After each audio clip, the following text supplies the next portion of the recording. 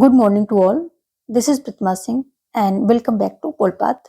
आज की questions Machiavelli, Hobbes, Locke, Rousseau पर आधारित हैं, यानी कि ये जो वेस्टर्न थिंकर हैं इन्हीं के जो Hobbes, Locke, Rousseau and Machiavelli इन पर आधारित हैं। और आज की प्रैक्टिस में हम रैपिड प्रैक्टिस करेंगे, यानी कि थोड़ा तेजी से चलने की कोशिश करेंगे। इन सभी विचारकों की व्याख्या, यानी कि इन सभी विचारकों के बारे में कैसे कैसे क्वेश्चन पूछ सकता है, इनके सारे इंपॉर्टेंट पॉइंट अलग से हम इनकी एक दूसरे वीडियो में व्याख्या कर देंगे। और आप सभी जो ये हमें बताएंगे कमेंट सेक्शन में कि आपको रैपिड प्रैक्टिस लेनी है या फिर व्याख्या के साथ, फुल व्याख्या के साथ प्रैक्टिस लेनी है। क्योंकि कई लोग ये सोचते हैं कि नहीं हमें रैपिड चाहिए, कई लोग सोचते हैं कि व्याख्या के साथ चाहिए। तो जैसा आप कमेंट करेंगे, मेजोरिटी जो जिसकी होगी, जिस बात पर मेजोरिटी होगी उसी को मैं फॉलो करूंगी कि रैपिड रिवीजन, रैपिड प्रैक्टिस करनी है या फिर पूरी फुल व्याख्या के साथ आपको प्रैक्टिस लेनी है। व्याख्या के साथ क्या होता है कि सारे कॉन्सेप्ट क्लियर होते रहते हैं, लेकिन आज ये डेमो क्लास जा रही है, इसमें हम व्याख्या ज्यादा नहीं करेंगे और टू द पॉइंट, यानी कि क्वेश्चन के साथ साथ जितना जरूरी है उतना बताएंगे और रैपिड प्रैक्टिस करने की कोशिश करेंगे। कई लोग पूछ रहे हैं कि आईआर की क्लास मैम दे दीजिए इंपॉर्टेंट क्वेश्चन, तो आपको बता दूं कि मैं आईआर की प्रैक्टिस दे चुकी हूँ इंपॉर्टेंट क्वेश्चंस। और ये बिहार शिक्षक भर्ती के नाम से प्लेलिस्ट लगी हुई है, बिहार शिक्षक भर्ती इस नाम से प्लेलिस्ट लगी हुई है, तो आप इसको चेकआउट करें। इसमें आपको आईआर और इंडियन पॉलिटिकल थिंकर, राजनीतिक सिद्धांत का पूरा पार्ट जो है जा चुका है। उसमें है विचारधाराएं हैं और जो भी है पूरा राजनीतिक सिद्धांत, पॉलिटिकल थ्योरी पूरा जा चुका है। साथ में वेस्ट इंडियन थिंकर है और आईआर है और वेस्टर्न थिंकर का भी एक पार्ट जा चुका है और ये दूसरा है, ठीक है। और आप हमें जो है टेलीग्राम पे फॉलो करने के लिए पोलपाथ के नाम से सर्च करके फॉलो कर सकते हैं। डिस्क्रिप्शन में इसका लिंक भी दिया गया, वहां से भी आप फॉलो कर सकते हैं। देखो बिहार शिक्षक भर्ती तो अभी रिसेंटली मैं लगा रही हूँ, सारे क्वेश्चन एनालिसिस करके इसमें रख रही हूँ। प्लस पहले से मैराथन लगा हुआ, इसमें भी सारे इंपॉर्टेंट क्वेश्चंस हैं और एनसीईआरटी की प्लेलिस्ट लगी हुई है, तो इसमें एनसीईआरटी के क्वेश्चंस हैं जो कि आपके लिए वेरी वेरी बेनिफिशियल हैं और बहुत इंपॉर्टेंट है। खासकर टीजीटी के लिए तो ये रामबाण है, क्योंकि टीजीटी क्या होता है उसका लेवल थोड़ा ग्रेजुएशन तक ही होता है और यहाँ से बहुत सारा क्वेश्चन पुटअप हो जाते हैं। और पीजीटी के लिए भी 12th की बुक के जो क्वेश्चन हैं वो मायने रखते हैं। तो एनसीईआरटी आप चेकआउट करें, टीजीटी पीजीटी दोनों लोग। आज का हम पहला क्वेश्चन देखते हैं, क्या कह रहा है कि जॉन लॉक 3 प्रकार के प्राकृतिक अधिकारों की चर्चा करता है, निम्नलिखित में से कौन सा उसके वर्गीकरण में नहीं आता? जीवन का अधिकार, स्वतंत्रता का अधिकार, समानता का अधिकार, संपत्ति का अधिकार। तो देखो जानने वाली बात है कि जो प्राकृतिक अवस्था थी जॉन लॉक की प्राकृतिक अवस्था में लोगों को प्राकृतिक अधिकार प्राप्त थे और उसमें जीवन का अधिकार, स्वतंत्रता और संपत्ति का अधिकार प्राप्त था। समानता का कोई अधिकार नहीं था। संपत्ति का अधिकार को सबसे ज्यादा महत्व दिया था लॉक ने, ठीक है। और लॉक कैसे हैं? उदार राजनीतिक जो दर्शन है इसके क्या है, जनक माने जाते हैं। ऑप्शन सी यहाँ पर राइट हो जाएगा।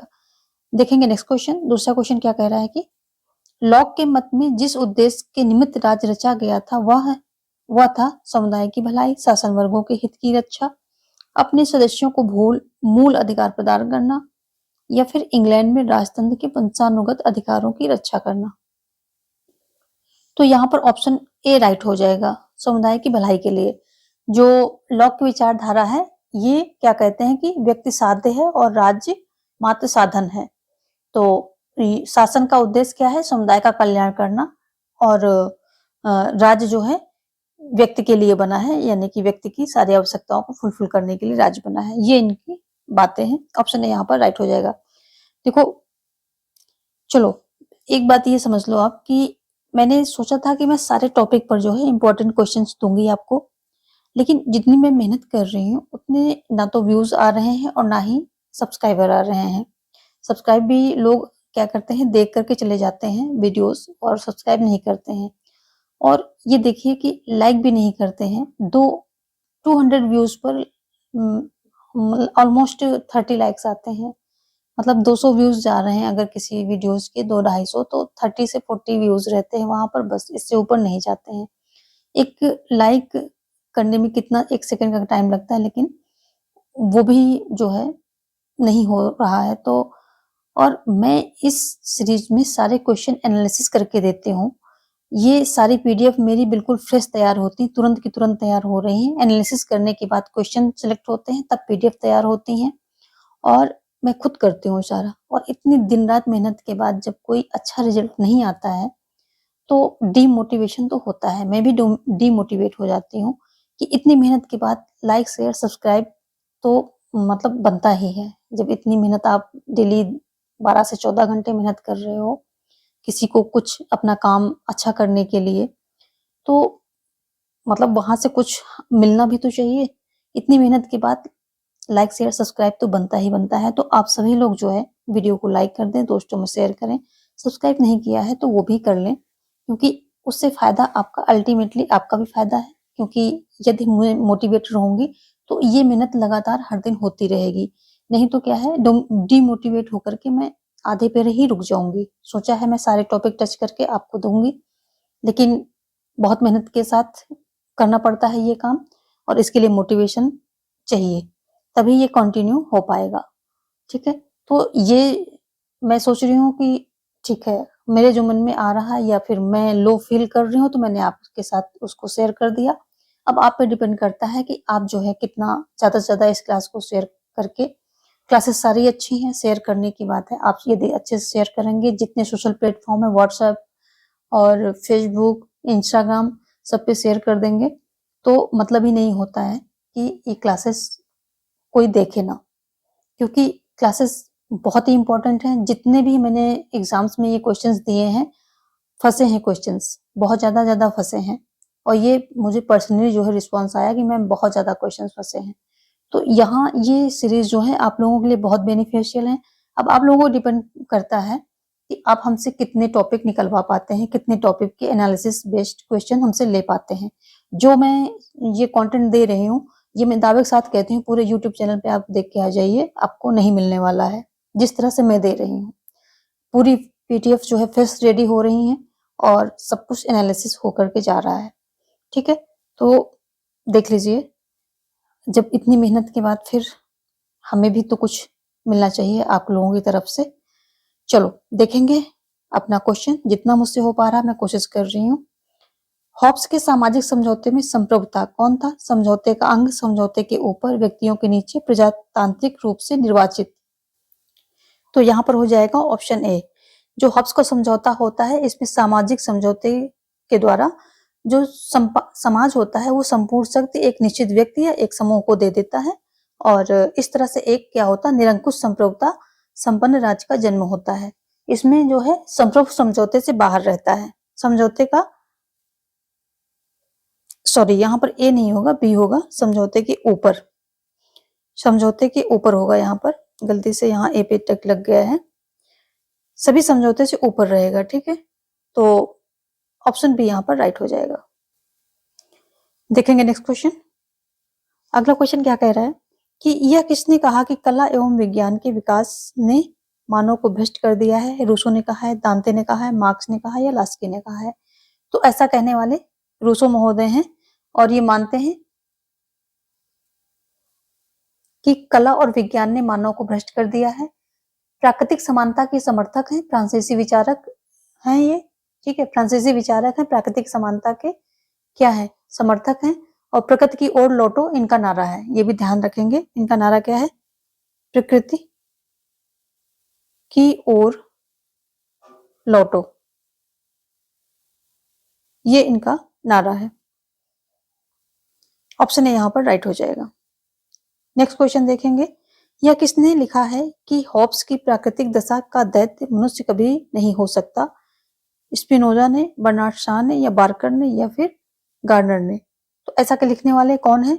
ऐसा कहने वाले जो स्पिनोजा हैं, ये है। ऑप्शन यहाँ पर ए राइट हो जाएगा। तो हॉब्स की जो प्राकृतिक दशा है वो कैसी है? समाज पूर्व है, समाज पूर्व है, और राज्य पूर्व भी है। यानी कि पूर्व सामाजिक और पूर्व राजनैतिक, राजपूर्व भी है। तो जो इनकी प्राकृतिक अवस्था है, ना उसमें क्या है, राज्य है, और ना ही समाज है। जबकि जो लॉक की है, लॉक में वो पूर्व राजनीतिक होती है, लेकिन समाज वहां पर होता है, और ये पूर्व सामाजिक है, पूर्व राजनीतिक है। नेक्स्ट देखेंगे, निम्नलिखित में से किस विचारक के अनुसार प्राकृतिक अवस्था में मनुष्य बुद्धि या तर्क वितर्क के बजाय भावनाओं से संचालित था? रूसो, हॉब्स, लॉक या बेंथम? तो जो भावनाओं से संचालित होता था तर्क वितर्क के बजाय, तो ये रूसो हो जाएगा, ऑप्शन ए यहाँ पर सही। जो रूसो का लेख था discourses on the origin of inequality 1755 में आया था ये। तो इसमें जो है प्राकृतिक अवस्था के मानव का वर्णन होता है, और इसमें जो है इसको आदर्श बर्बर की संज्ञा दी गई है।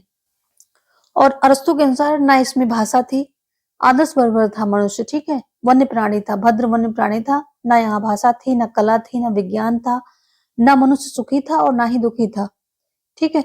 तो और इसमें जो दो मूल प्रवृत्तियां यहाँ पर देखने को मिलती है इन मनुष्यों में, क्या? एक तो आत्म प्रेम, यहाँ से क्वेश्चन आता है, एक तो आत्म प्रेम और दूसरा सहानुभूति। सहानुभूति, ये दो जो है मूल प्रवृत्तियों से प्रेरित होता है, निर्देशित होता है, ठीक है। और आत्म प्रेम में यानी कि आत्म संरक्षण की मूल प्रवृत्ति, यानी कि अपने आप की सुरक्षा आ जाएगा, और सहानुभूति में दूसरों के प्रति उदारता आ जाएगा, दूसरों के प्रति उदारता आ जाएगा सहानुभूति में। नेक्स्ट क्या है, किसका मत है कि मनुष्य को स्वतंत्र होने के लिए बाध्य किया जा सकता है? अरस्तु का, मिल का, गांधी का या फिर रूसो का? तो ऐसा रूसो महोदय कहते हैं कि जो सामान्य इच्छा का पालन नहीं करेगा उसे पालन करने के लिए बाध्य किया जाएगा, तो ऑप्शन यहाँ पर डी हो जाएगा। रूसो के अकॉर्डिंग जो इच्छा होती है, मनुष्य की इच्छा होती है, सामान्य इच्छा, ये कैसे दो से निर्देशित होती, कौन से? उच्च स्व और निम्न स्व। निम्न स्व, ये दो जो इच्छाओं हैं इनसे प्रेरित होती, निर्देशित होती। उच्च स्व क्या होती है? सबके भले की इच्छा होती, समाज कल्याण की इच्छा होती है, जिसमें सबकी भलाई हो वो इच्छा होती है। जबकि निम्न स्व जो है ये अपनी भलाई से यानी कि व्यक्तिगत स्वार्थ से संबंधित होती है, ठीक है। तो यही कहते हैं कि उच्च स्व यानी कि जो उच्च स्व से निर्देशित इच्छा होगी वो सबके कल्याण के लिए करेगी, और उसी से जो है व्यक्ति जो इच्छा इस उच्च स्व से निर्देशित होगी, तो उसी उच्च स्व की इच्छा के द्वारा ही व्यक्ति को सारे कार्य करने हैं। यदि उच्च स्व के अकॉर्डिंग व्यक्ति कार्य नहीं कर रहा है तो वो स्वतंत्र नहीं है। जब उच्च स्व के अकॉर्डिंग कार्य कर रहा है तभी वो स्वतंत्र है। तो यदि वो निम्न स्व से कार्य कर रहा है तो उसको स्वतंत्र करना के लिए बाध्य किया जा सकता है, यानी कि उच्च स्व की जो इच्छा है उसके अकॉर्डिंग उसको चलने के लिए बाध्य किया जा सकता है, ठीक है। इसको एक एग्जाम्पल समझते हैं कि यदि व्यक्ति ड्रिंक कर रहा है तो क्या है, वो अपने निम्न स्व से यानी कि जो उसकी स्वार्थ की इच्छा है, अपने व्यक्तिगत स्वार्थ से संबंधित है, तो उससे संबंधित यानी निम्न स्व से संचालित है, तो उसको क्या बाध्य किया जाएगा। वो अभी स्वतंत्र नहीं, क्योंकि वो निम्न जो उसकी स्वार्थ की इच्छा है और भौतिक इच्छा है तो उससे संचालित है, तो वो क्या है, स्वतंत्र नहीं है। सही मायने में वही स्वतंत्र है जो उच्च स्व से संचालित इच्छा से उच्च स्व से संचालित हो, तो वही स्वतंत्र है। तो उसको बाध्य किया जाएगा। जो निम्न स्व से संचालित है, ड्रिंक कर रहा है, उसको बाध्य किया जाएगा कि वो ड्रिंक छोड़ दे, यानी कि वो उच्च स्व से संचालित हो जाए, तो उसे स्वतंत्र होने के लिए बाध्य किया जाएगा। और स्वतंत्र व्यक्ति तभी होगा जब उच्च स्व से संचालित होगा। ये इनका कॉन्सेप्ट है कि मनुष्य को स्वतंत्र होने के लिए बाध्य किया जा सकता है, ठीक है। तो यहाँ पर क्या है, इनकी इस सिद्धांत में स्वतंत्रता का विरोधाभास दिखाई देता है, ठीक है। एक तो स्वतंत्र होने की बात कह रहा है, दूसरा बाध्यता की बात कर रहा, इसीलिए जो है रूसो को फांसीवाद का दार्शनिक पिता कहा जाता है। इनको जो है क्या कहा जाता है, फांसीवाद का दार्शनिक पिता कहा जाता है रूसो को। चलिए आगे देखते हैं, यहाँ पर डी ऑप्शन राइट हो रहा है।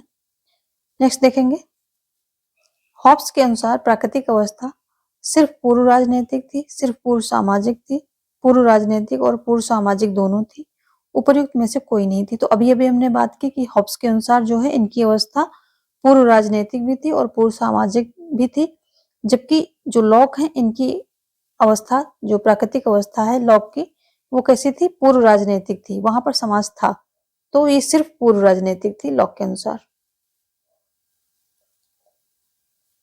ऑप्शन सी आपका राइट हो रहा है। देखेंगे नेक्स्ट क्वेश्चन क्या कह रहा है कि प्राकृतिक अवस्था शांति, सद्भावना, पारस्परिक सहयोग तथा सुरक्षा की अवस्था है। यह कथन किसका है? हॉब्स का है, लॉक का है, रूसो का है या फिर टी.एच. ग्रीन का है? तो ये लॉक महोदय ने कहा था। इनकी अवस्था कैसी थी? इनकी अवस्था में व्यक्ति जो है सहयोग के साथ जो है और शांति सद्भावना के साथ रहता था और सुरक्षा की अवस्था थी। तो ऑप्शन सी यहाँ पर राइट हो जाएगा। देखेंगे नेक्स्ट क्वेश्चन। अगला क्वेश्चन क्या कह रहा है कि निम्नलिखित में से किस चिंतक ने द आर्ट ऑफ वॉर लिखी? द आर्ट ऑफ वॉर की बात हो रही है। हॉब्स ने, माओ ने, मैकियावेली ने या फिर रूसो ने? तो किसने द आर्ट ऑफ वॉर लिखी है? तो ये किसका है? ये मैकियावेली का हो जाएगा, the art of war. Art of war जो है मैकियावेली की रचना है। इसकी जो है अगर हम इनकी अन्य रचनाओं की बात करें तो जो फेमस है आ जाएगा द प्रिंस आ जाएगा, और discourses and Levi, discourses on Levi ये आ जाएगा। इसका पूरा नाम है discourses on the first 10 books of its levees. और हिस्ट्री ऑफ फ्लोरेंस आ जाएगा।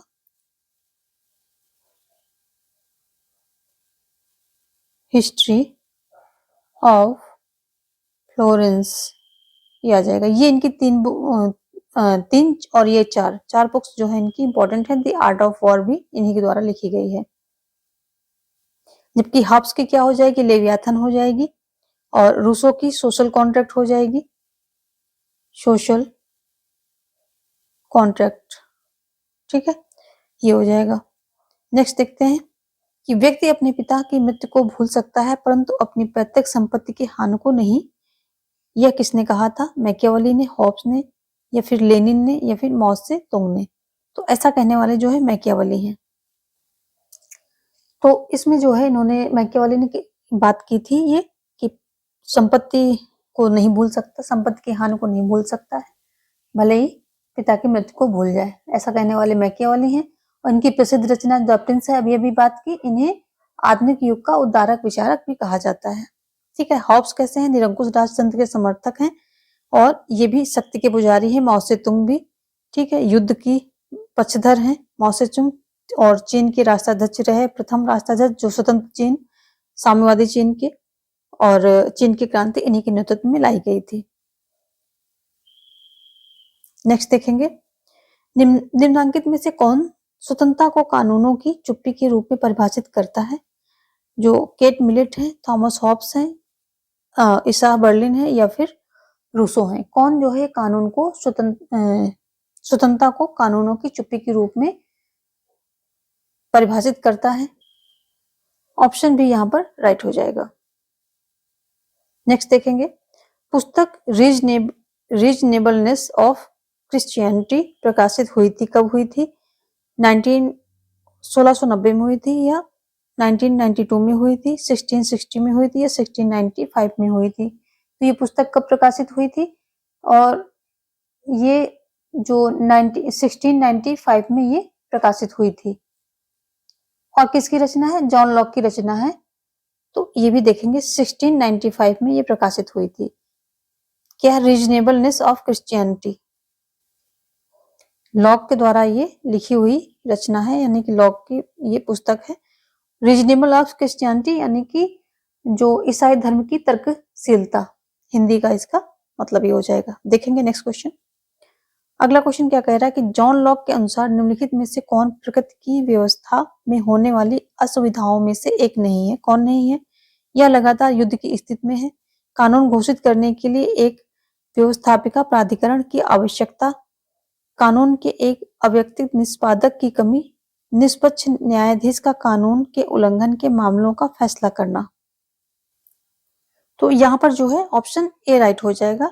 ये किसका है? ये लगातार युद्ध की स्थिति जो है हॉब्स की प्राकृतिक अवस्था की विशेषता है, ये लॉक की नहीं। लॉक का मानव शांतिप्रिय है, आत्मनिर्भर है, सहयोग के साथ रह रहा, सुखी है। लेकिन वहां पर क्या है कि जो कोई संस्था ऐसी नहीं है जो नियम कानून लागू कर सके और उसकी व्याख्या कर सके, ऐसी कोई सर्वश्रेष्ठ संस्था नहीं है। तो इसलिए जो है सामाजिक समझौते की जरूरत पड़ती है। तो ये तीनों ही ऑप्शन यहाँ पर राइट है, ये नहीं है, तो ऑप्शन ए आपका राइट हो जाएगा। देखेंगे नेक्स्ट क्वेश्चन क्या कह रहा है कि निम्नलिखित में से किसने निबंध लिखा, पुरुषों में असमानता की उत्पत्ति क्या है और क्या यह प्राकृतिक कानून द्वारा अधिकृत है? बर्क ने लिखा है, अलेक्सी डी टॉकविले ने लिखा, इमानुएल कांट ने लिखा या जीन जैक्स रूसो ने लिखा है? तो ऐसा लिखने वाले जो है जीन जैक्स रूसो हैं, ऑप्शन डी। तो इसका जो है ये बात इन्होंने अपनी बुक जो discourses on the origin of inequality में दिया था। Discourse on the origin of inequality जो 1755 में आती है, विषमता पर वार्ता, इसमें इन्होंने ये बात कही थी और ये बताया था कि जो सर्वत्र प्रकृति में क्या है, असमानता व्याप्त है। इस असमानता को जो है नष्ट नहीं किया जा सकता है, लेकिन इसको कानूनी दृष्टिकोण से समान बनाए रखे जा सकते हैं, कोशिश की जा सकती है कानूनी दृष्टिकोण से इन सब चीजों को जो है समान बनाया जाए, असमानता कम की जाए। ऑप्शन डी यहाँ पर राइट हो रहा है। नेक्स्ट देखेंगे, प्राकृतिक अवस्था में मनुष्य का जीवन विकृत, विपन्न, पाश्विक और अल्पायु था। हॉब्स ने कहा है, लॉक ने कहा है, रूसो ने कहा है या फिर अरस्तु ने कहा है? तो देखो, ये जब प्राकृतिक अवस्था के बहुत भयावह रूप से वर्णन किया जाए तो ये हॉब्स के द्वारा ही कहा जाता है। हॉब्स की प्राकृतिक जो इनकी अवस्था है उसी की विशेषता ये हो जाती है। ठीक है, तो यहाँ ऑप्शन ए राइट हो जाएगा। और इस दशा से निकलने के लिए ही सामाजिक समझौता हॉब्स करवाते हैं, मतलब हॉब्स के अकॉर्डिंग सामाजिक समझौता तभी होता है इस दशा से निकलने के लिए, भयावह स्थिति से निकलने के लिए। लॉक की प्राकृतिक अवस्था शांतिपूर्ण है, सहयोगी है। रूसो में व्यक्ति में ना विज्ञान है, ना कला है, ना भाषा है, ना संस्कृति है, कुछ भी नहीं है। और जो मानव है वो आदर्श बर्बर है। ठीक है, आदर्श बर्बर है। चलिए देखेंगे नेक्स्ट क्वेश्चन। तो ये थोड़ा सा डिफरेंशिएशन है, उनको देखते रहें। रूसो की समान इच्छा पर जो समान इच्छा की अवधारणा के संबंध में कुछ विचार दिए गए, इनको यहाँ पर कौन सा सही है वो देखना है। तो सिर्फ हम अभी विचार देखते हैं पहले, बाद में और चीजें देखेंगे। रूसो ने सबसे पहले जनरल विल की अवधारणा के बारे में अपने राजनीतिक अर्थव्यवस्था पर व्याख्यान में लिखा। वह जोर देकर कहते हैं कि जनरल विल की व्यापकता संख्या की बात नहीं है, जिनकी की आंतरिक गुणवत्ता और सच्चाई की है। जनरल विल को संप्रभु और व्यक्तियों को जनरल विल में सहभागी बनाकर रूसो ने स्वतंत्रता के साथ अधिकार को समेट लिया। चौथा कह रहा है कि उन्होंने जोर देकर कहा कि जनरल विल हमेशा जनता की भलाई के लिए होती है और स्वार्थ की इच्छा से अलग होती है। ठीक है, तो यहाँ पर कौन कौन से आपके राइट हैं, चलिए हम कोट भी देख लेते हैं। कोट में क्या क्या दिया गया है, तो 1 3 है, 2 3 4 है, 1 4 है और केवल 4 है। तो यहाँ पर दूसरा, तीसरा और चौथा जो ऑप्शन बी है ये आपका राइट हो रहा है। दूसरा, तीसरा, चौथा, ठीक है, ये राइट हो रहा है। और इनकी सामान्य इच्छा की बात करें अगर हम, तो इनकी जो इच्छा थी रूसो के अनुसार, मानव में 2 प्रकार की इच्छा पाई जाती है। स्वार्थपूर्ण इच्छा, जैसे अभी हमने बात की, तो स्वार्थपूर्ण इच्छा को यथार्थ इच्छा बोला गया है, यथार्थ इच्छा। और जो दूसरी थी समुदाय के कल्याण की इच्छा, उसे आदर्श इच्छा बोला है। ठीक है, तो ये जो सामान्य इच्छा है वो आदर्श इच्छा से संचालित होती है। सबकी इसमें क्या होता है, भलाई होती है, समूचे समाज की भलाई की इच्छा है ये सामान्य इच्छा। ठीक है, तो और समान इच्छा कैसी है, गुणात्मक है। गुणात्मक है, गुणों को देखा जाता है ना, गुणात्मक है।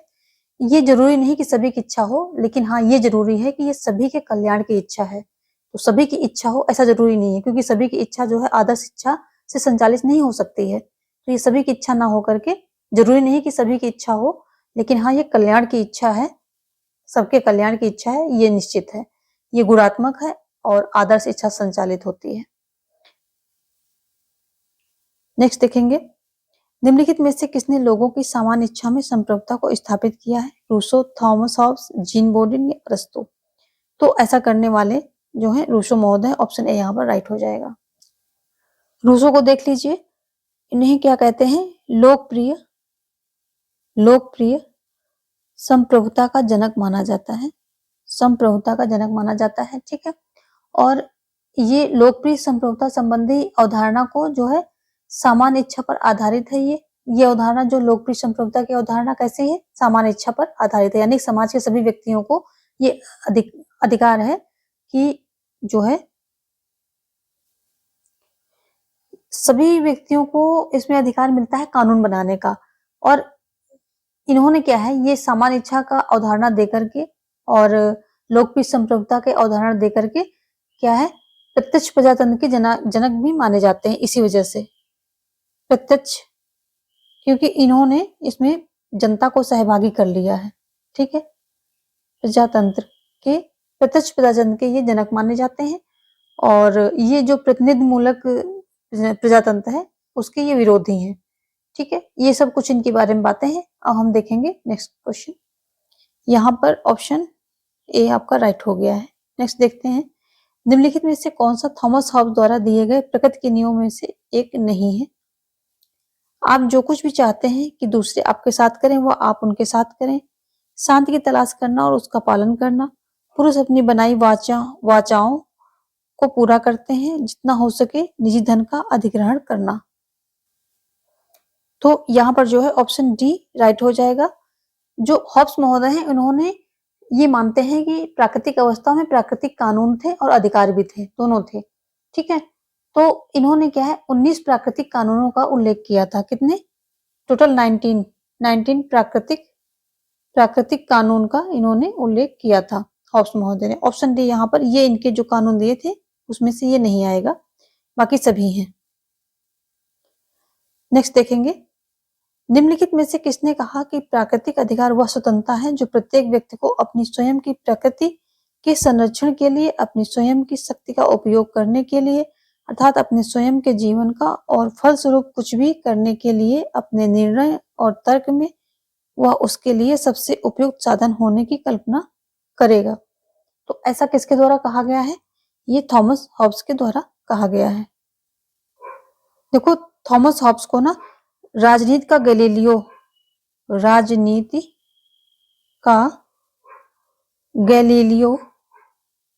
गैलीलियो इस नाम से भी जाना जाता है।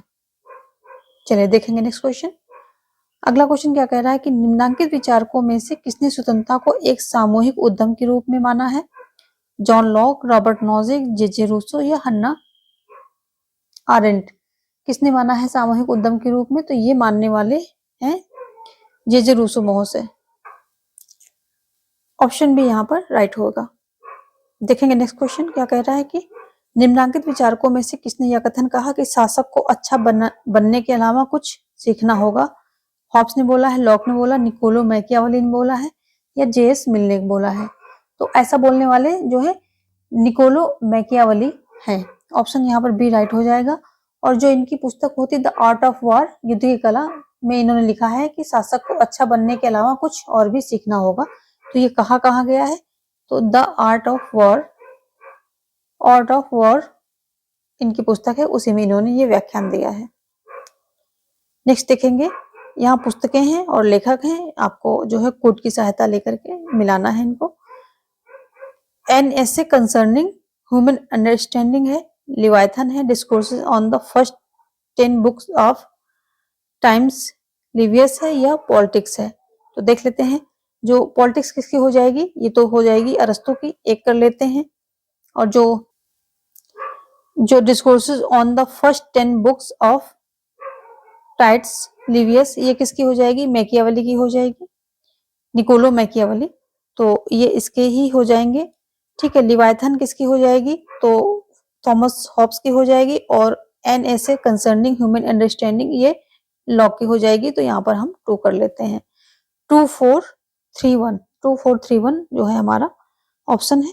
तो ऑप्शन भी यहाँ पर राइट हो जाएगा, 2 4 3 1। अगला भी सूची है, तो देख लेते हैं इसमें क्या कहा गया है। थॉमस हॉब्स हैं, यायासा बर्लिन है और रॉबर्ट नॉजिक है, मिल्टन फ्रीडमैन है। ठीक है, इनके सामने सेंटेंस जो दिए गए, जबरदस्ती का अभाव, कानूनों की चुप्पी, राज समाज या उसके साथियों द्वारा किसी भी व्यक्ति पर जबरदस्ती का अभाव, स्वस्वामित्व का प्राकृतिक अधिकार। ठीक है, तो ये जो है थॉमस हॉब्स हैं, ये कानूनों की चुप्पी हो जाएंगे, 2 आ जाएगा। और जो ये आइजिया बर्लिन है, इनसे क्या संबंधित हो जाएगा? ये कहते हैं कि जो जबरदस्ती का अभाव होना चाहिए, तो ये हो जाएगा 1 यहाँ पर। रॉबर्ट नोजिक की बात करें तो ये स्वस्वामित्व का प्राकृतिक अधिकार, हकदारी का अधिकार जिसको बोलते हैं, इन्होंने इससे संबंधित हो जाएगा। ठीक है, तो 4 कर लेते हैं यहाँ पर। और जो मिल्टन फ्रीडमैन है, ये राज्य, समाज या उसके साथियों द्वारा किसी भी व्यक्ति पर जबरदस्ती का अभाव, तो ये यहाँ पर हो जाएगा 3, 2 1 4 3 आपको ऑप्शन हो गया। ठीक है, क्या हो जाएगा? 2 1 4 3, ये आपका ऑप्शन हो जाएगा। देखेंगे नेक्स्ट क्वेश्चन। अगला क्वेश्चन क्या कह रहा है कि लॉक का पहला आलेख के दौरान लिखा गया, मतलब जो पहला आलेख था वो किस ड्यूरेशन में लिखा गया है? 1679 से 1680, 1683 से 1684, 1685 से 1686, 1680 से 1681। कब से कब तक जो है इनका पहला आलेख लिखा गया था? और तो ये लिखा गया था 1679 से 1680 के बीच में। ऑप्शन ए यहाँ पर राइट हो जाएगा। ठीक है, और चलिए देखेंगे नेक्स्ट क्वेश्चन। यहाँ पर ए ऑप्शन राइट हो रहा है। आगे क्या है? प्राकृतिक अवस्था वाले मनुष्य को आदर्श बर्बर की संज्ञा किसने दी है? तो ये रूसो हैं, इन्होंने दी है। इनकी अवस्था कैसी है? शांति, सहयोगपूर्ण है। थॉमस हॉब्स की जो है भयावह है, जो व्यक्ति हर जगह जो है युद्ध की स्थिति बनी हुई है। तो ऑप्शन यहाँ पर सी आपका राइट हो जाएगा।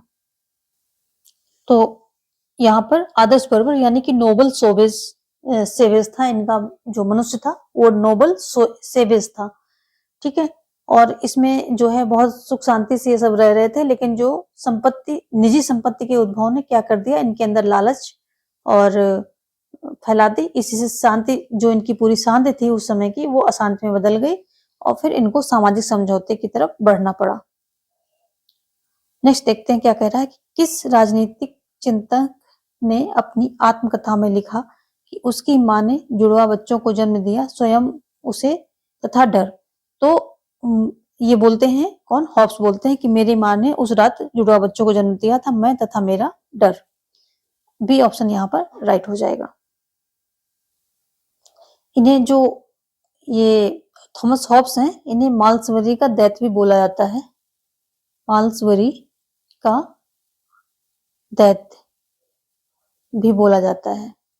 चलिए देखेंगे नेक्स्ट क्वेश्चन। अगला क्वेश्चन क्या कह रहा है? शक्ति का स्थानांतरण हो सकता है, ना कि इच्छा का, जो कि संप्रभु होती है। किसने कहा है? ऐसा कहने वाले रूसो महोदय हैं। ऑप्शन यहाँ पर सी राइट हो जाएगा। ठीक है, ये रूसो कहते हैं।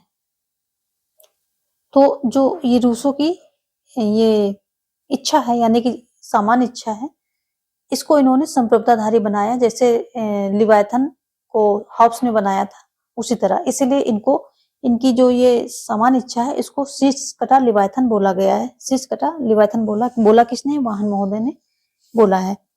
तो इनकी जो सामान्य इच्छा है, इसकी कुछ विशेषताएं होती हैं। इन विशेषताओं से अलग आता है तो उसे सेग्रीगेट करना होगा। ठीक है, उसे सेग्रीगेट करना होता है। तो कौन कौन सी होती है? जो ये जनरल विल है, तो इसको क्या है? एक तो हो जाएगी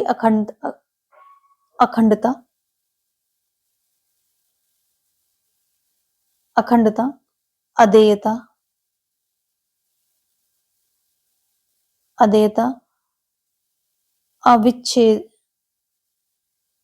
अविच्छेदता, सर्वोच्च या फिर सर्वोच्च, निरंकुश, सर्वोच्च और निरंकुश। ठीक है, स्थायी भी होती है, ये स्थायी भी होती है, लोक कल्याणकारी होती है। ठीक है, लोक कल्याणकारी होती है और विवेक पर आधारित होती है, विवेकपूर्ण होती है। ठीक है, और कैसी होती है? औचित्यपूर्ण होती है, औचित्यपूर्ण होती है।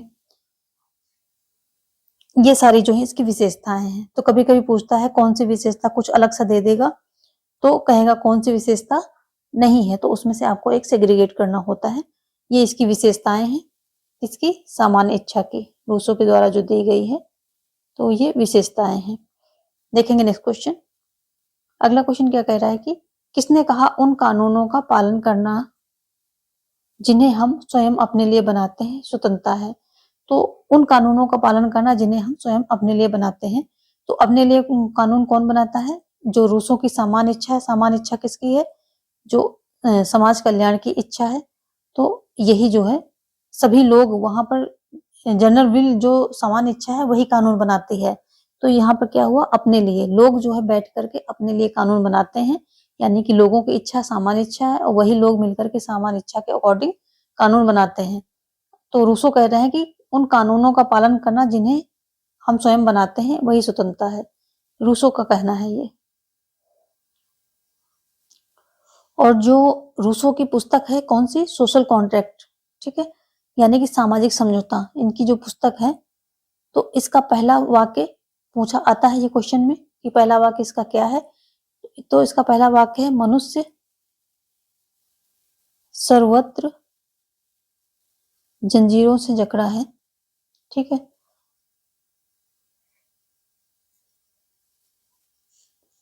मनुष्य सबसे पहले आएगा आपका स्वतंत्र पैदा हुआ है, उसके बाद मनुष्य स्वतंत्र पैदा हुआ, लेकिन सब जगह जो है क्या है? जंजीरों से जकड़ा हुआ है। शॉर्ट में लिख रही हूँ, आप इसको पूरा सुन लीजिए। सब जगह जंजीरों से, सर्वत्र जंजीरों से जकड़ा हुआ है। तो ये इनका जो है कथन है, ये पहला वाक्य है इनकी जो बुक है सोशल कॉन्ट्रैक्ट, सामाजिक समझौता, रूसो की। नेक्स्ट देखेंगे, निम्नलिखित में से कौन आत्मरक्षा के अधिकार को व्यक्ति का प्राकृतिक अधिकार मानता है? प्लेटो, हॉब्स, बेंथम या फिर बर्ग? कौन ऐसा मानता है? तो ऐसा मानने वाले जो है हॉब्स हो जाएंगे। आत्मरक्षा के अधिकार को व्यक्ति का प्राकृतिक अधिकार मानते हैं हॉब्स महोदय। हॉब्स ने अपने संप्रभु को सर्वोच्च निरंकुश बनाया, लेकिन एक अधिकार पे ये व्यक्तिवादी कहे जाते हैं। हॉब्स एक ही बात पर व्यक्तिवादी इनको कह दिया गया है, वो ये था कि अगर जो संप्रभु है वो लोगों की जान प्राण लेना शुरू कर दे या उसकी प्राणों की रक्षा न कर पाए, तो किसको? जनता को अधिकार है कि उसके विरुद्ध जो है क्या है, क्रांति करके उसको हटा करके दूसरा राजा चुन लें, तो उसका विरोध करें, उसका विरोध करें, ये जो है ऐसा अधिकार दिया है। तो यहीं पर इसी बात को लेकर के जो है विचारक हॉब्स को व्यक्तिवादी होने का कहते हैं कि ये व्यक्तिवादी है, इसी एक बात को लेकर के, ठीक है। ऑप्शन भी यहाँ पर राइट हो जाएगा। देखेंगे हम नेक्स्ट क्वेश्चन। अगला क्वेश्चन क्या कह रहा है कि प्राकृतिक एवं परंपरागत असमानता के बीच किसने विभेद किया? तो ये जो है ऑप्शन है आपके पास हॉब्स, लॉक, रूसो और बेंथम। तो ऑप्शन सी यहाँ पर राइट हो जाएगा, रूसो। रूसो प्राकृतिक और परंपरागत असमानता के मध्य ये अंतर करते हैं और परंपरागत असमानता को समाप्त करने के लिए और वास्तविक स्वतंत्रता की प्राप्ति के लिए समझौता करवाते हैं, समझौता जो है प्रस्तुत करते हैं, ठीक है। ऑप्शन सी यहाँ पर राइट होगा। क्वेश्चन नंबर 32 क्या कह रहा है कि सामाजिक संविदा के सभी सिद्धांतकारों के संदर्भ में निम्नलिखित में से क्या सही है? विधि और नैतिकता के बीच भेद मिटाना, अंतरजात अधिकारों में विश्वास, सामाजिक सहमति के साथ लोक सत्ता का निर्माण या शक्ति पृथक्करण का सिद्धांत। सामाजिक संविदा के सभी सिद्धांतकारों की बात हो रही है, जो मेन है हॉब्स, लॉक, रूसो हैं। सामाजिक संविदा के जो मेन कौन है? हॉब्स, लॉक, रूसो हैं। इनकी सभी के अकॉर्डिंग आपको जो है यहाँ पर क्या सही है वो बताना है। तो ऑप्शन सी यहाँ पर सही हो जाएगा, सामाजिक सहमति के साथ लोक सत्ता का निर्माण। तीनों का जो है ये मिलता हुआ है कि सामाजिक सहमति के साथ कहीं ना कहीं सहमति का थोड़ा किया है, ज्यादा किया है, लेकिन सबने किया है। सामाजिक सहमति के साथ जो है लोक सत्ता है उसका निर्माण करना। ऑप्शन सी यहाँ पर राइट हो जाएगा। नेक्स्ट देखते हैं, निम्नलिखित में से कौन से रूसो के जनरल विल की विशेषताएं थी? तो कौन सी थी? यह आंतरिक इच्छा की अभिव्यक्ति है, यह हर व्यक्ति की सबसे अच्छी इच्छा है, यह स्थायी है, यह व्यक्तिगत है। तो यहाँ पर अभी हमने जो है इच्छा की विशेषताएं देखी, इनकी जो मेन कॉन्सेप्ट है वो भी देखा। तो 1, 2, 3 ये राइट हो जाएगा। आंतरिक इच्छा है, आंतरिक इच्छा की अभिव्यक्ति है, व्यक्ति की सबसे अच्छी जो इच्छा होती है वो है, यानी कि समाज कल्याण की इच्छा। ये स्थायी होती है, इसकी विशेषताओं में अभी अभी हमने सब देखा, लेकिन ये व्यक्तिगत नहीं होती है। ठीक है, ये सामाजिक होती है। इच्छा कैसी होती है? जनरल विल कैसी है? सामाजिक, जिसमें समाज की भलाई छुपी हो, वो होती है। नेक्स्ट देखेंगे, मैं अपने ऊपर शासन करने का अपना अधिकार इस व्यक्ति अथवा इस जनसभा को इस शर्त पर सौंपने को स्वीकृत देता हूं कि तुम भी अपने अधिकार इसको सौंपोगे और इस तरह उसके सभी कार्यों की स्वीकृति दोगे। ये किसके द्वारा कहा गया? ये तो हॉब्स के द्वारा कहा गया। अपने जो संप्रभु है उसको सारी क्या है, शक्तियां देने की बात हो रही है कि समाज के सभी लोग उसको शक्तियां दे दें और उसके कार्यों को स्वीकृत भी दे दें। तो ये लिवायथन में ऐसा हॉब्स के द्वारा कहा गया है। नेक्स्ट देखते हैं, क्वेश्चन नंबर 35 क्या कह रहा है? रूसो को संप्रभुता के किस सिद्धांत का जनक माना जाता है? रूसो की बात हो रही है। मर्यादित, लोकप्रिय, अमर्यादित, वैधानिक संप्रभुता। तो देखो, जो लोकप्रिय संप्रभुता हमने अभी बात की, ये रूसो की है, और जो मर्यादित संप्रभुता है, ये किसकी है? ये लॉक की है। मर्यादित कह लीजिए या सीमित कह लीजिए, तो ये लॉक से संबंधित है। और लोकप्रिय संप्रभुता किससे संबंधित है? रूसो से संबंधित है। प्रत्यक्ष प्रजातंत्र लोकप्रिय संप्रभुता हो गई, और प्रत्यक्ष प्रजातंत्र ये सब जो है किससे? रूसो से संबंधित है। क्वेश्चन यहां से एक ये भी बनता है कि रूसो ने क्या है, संप्रभुता के लिए किस वर्ड का यूज किया है? तो संप्रभुता के लिए इन्होंने क्या किया है?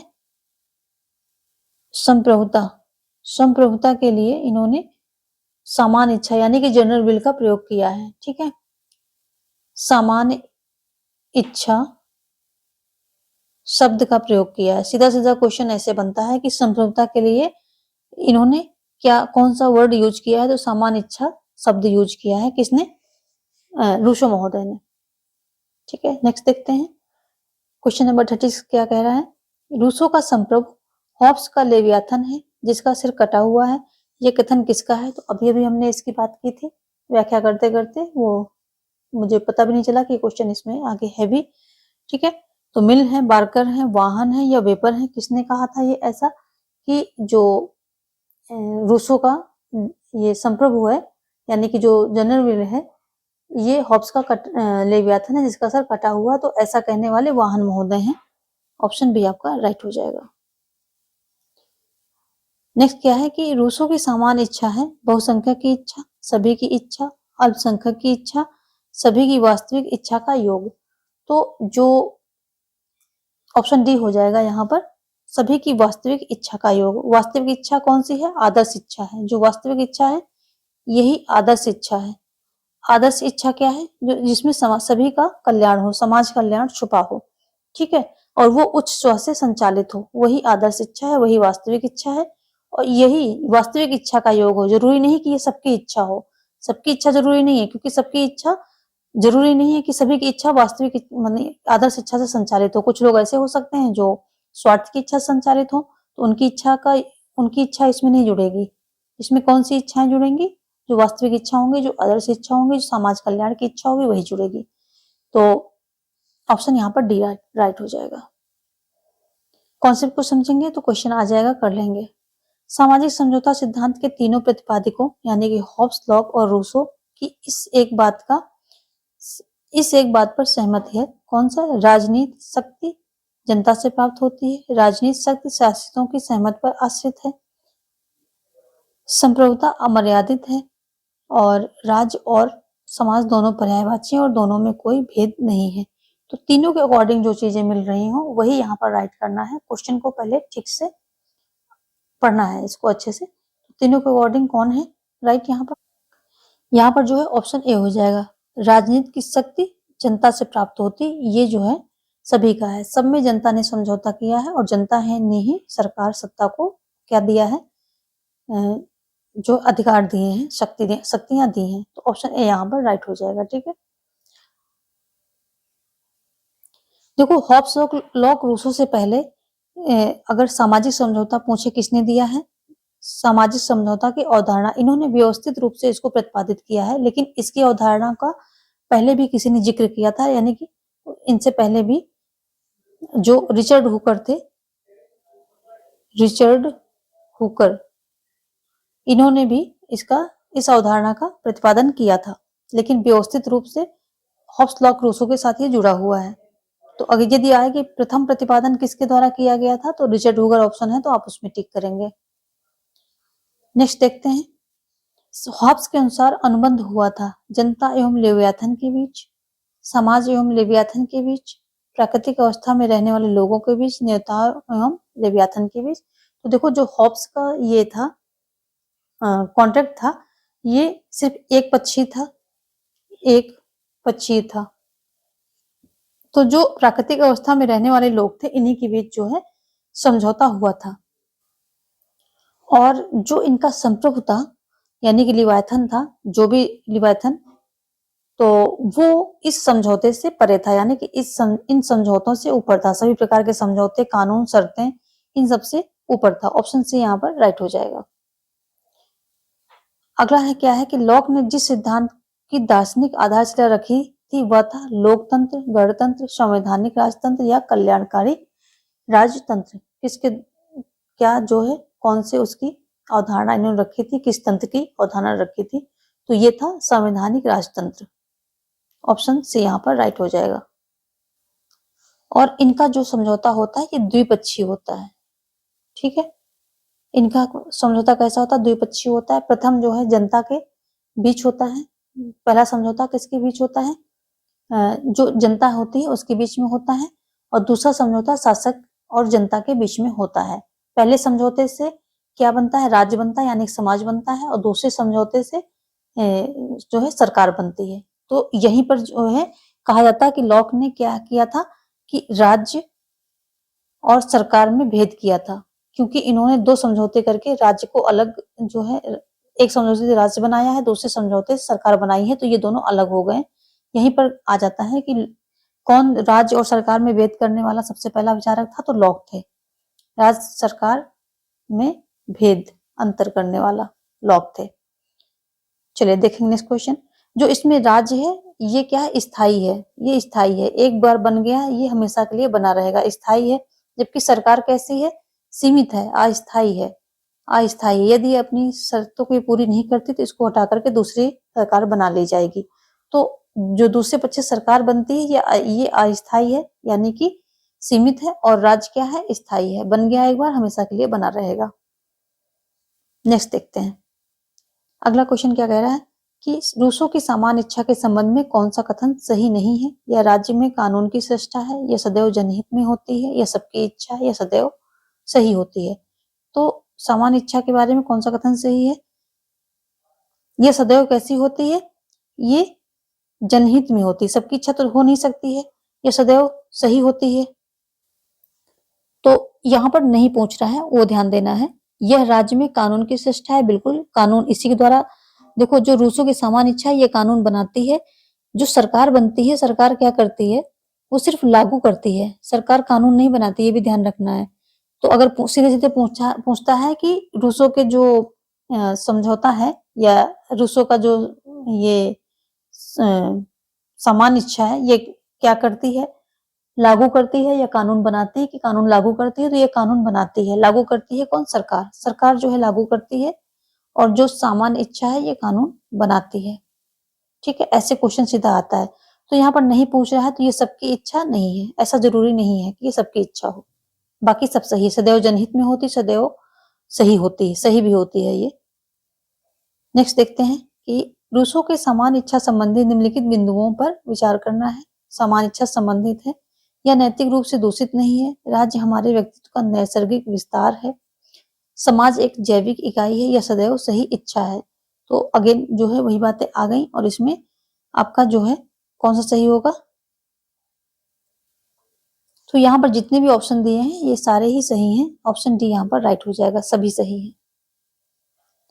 नेक्स्ट देखेंगे, यह किसने कहा कि वह व्यक्ति जिसने सर्वप्रथम भूमि के टुकड़े पर अधिकार करके यह कहा कि यह मेरा है, वही नागरिक समाज का वास्तविक संस्थापक है। तो ऐसा भी रूसो ने कहा है।